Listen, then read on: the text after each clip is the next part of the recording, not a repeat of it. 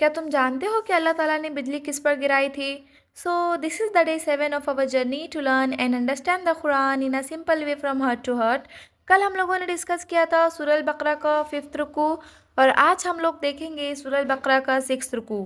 اللہ تعالیٰ بنی اسرائیل یعنی اسرائیل کے اولادوں سے خطاب کرتے ہوئے کہتے ہیں کہ ہماری وہ تمام نعمتیں یاد کرو جو ہم نے تم پہ کی تھی، یعنی تمہیں دنیا میں فضیلت دی، اور اس دن کا خوف کرو جہاں کوئی کسی کے کام نہیں آئے گا، نہ صفات چلے گی نہ فدیہ لیا جائے گا، یعنی صرف اپنے ہی اعمال کام آئیں گے۔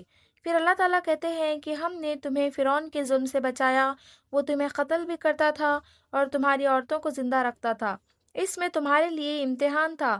پھر اللہ تعالیٰ کہتے ہیں کہ ہم نے سمندر کو پھاڑ کے تمہیں بچا لیا اور تمہاری آنکھوں کے سامنے فرعون کے لشکر کو غرق یعنی ڈبا دیا۔ تمہارے نبی موسیٰ علیہ السلام جب 40 راتوں کے لیے چلے گئے تو پیچھے سے تم نے بچڑے کو اپنا معبود بنا لیا، تم نے بہت ظلم کیا، اور جب موسیٰ علیہ السلام نے تمہاری طرف سے معافی مانگی تو اللہ نے کہا کہ تم خود کو قتل کر لو صرف توبہ کی شدت کے لیے، اور ایسے اللہ نے تمہیں معاف کر دیا۔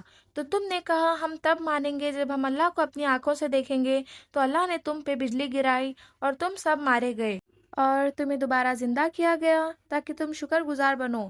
پھر ہم نے تمہارے سر پہ بادل کا سایہ کیا اور آسمان سے رزق اتارا۔ پھر اللہ نے حکم دیا کہ شہر میں جھک کر داخل ہونا، اور لفظ حتہ کہتے ہوئے داخل ہونا، حتہ جس کا مطلب بخشش کے ہیں، لیکن تم نے الفاظوں کا رد و بدل یعنی ادلی بدلی کر دیا اور اللہ نے تم پر عذاب بھیج دیا۔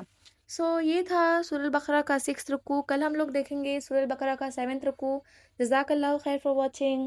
اللہ ہمیں دنیا میں بھی بھلائی دے اور آخرت میں بھی بھلائی دے، اور ہمیں آگ کے عذاب سے بچائے، آمین۔